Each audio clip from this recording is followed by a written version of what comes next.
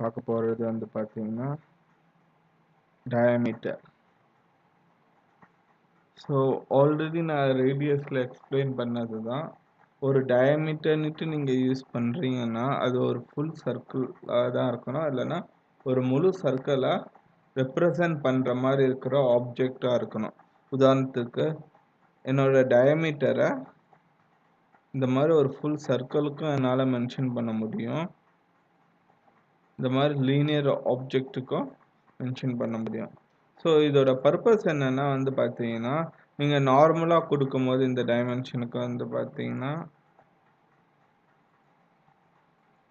இந்த மாதிரி diameter value இல்லாமல் இருக்கும், அந்த சிம்பிள் இல்லாமல் நீங்கள் டயாமீட்டர் யூஸ் பண்ணி கொடுத்தீங்கன்னா அது வந்து டயாமீட்டர் வேல்யூ இருக்கும். ஆல்ரெடி பார்த்தீங்கன்னா இது வந்து ஒரு ஆர்க் தான், இது கர்வாக தான் இருக்கும். இப்போ நம்ம இதோட ப்ரொஜெக்ஷன்ஸ் வியூ பார்க்கலாம்.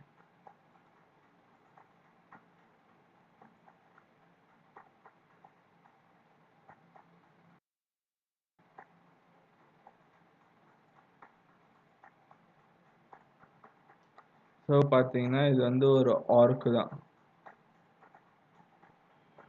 இதை நான் இப்படி மென்ஷன் பண்ணும்போது ஆட்டோமேட்டிக்காக அதை வந்து பார்த்தீங்கன்னா எனக்கு டயாமீட்டரை கன்சிடர் ஆகிடுது. ஆனால் இதை நான் வந்து ஸ்பெசிஃபை பண்ண வேண்டியது வந்து பார்த்தீங்கன்னா எதை வச்சுன்னா ரேடியஸை வச்சு. ஏன்னா இது ஒரு ஆர்க் தான் இதை பொறுத்த வரைக்கும். ஆனால் இங்கே நான் மென்ஷன் பண்ணும்போது இந்த மாதிரி வியூவில் நான் மென்ஷன் பண்ணும்போது பார்த்தீங்கன்னா நான் ஒரு டயாமீட்டராக தான் மென்ஷன் பண்ணணும், மென்ஷன் பண்ண போகிறேன். இது ஒரு டிஸ்டன்ஸாக கொடுக்க போகிறேன். ஆனால் இது வந்து ஒரு லீனியர் டிஸ்டன்ஸ் கிடையாது, இது ஒரு வளைவு சர்க்கிளை அடிப்படையாக வச்சு கொண்டு வந்த டிஸ்டன்ஸ். டயாமீட்டர்னுட்டு ஒரு சிம்பிள் கொடுத்தா மட்டும்தான் அது ஒரு வளைவு, ஒரு லீனியர் ஆப்ஜெக்ட் பண்ணலாம்.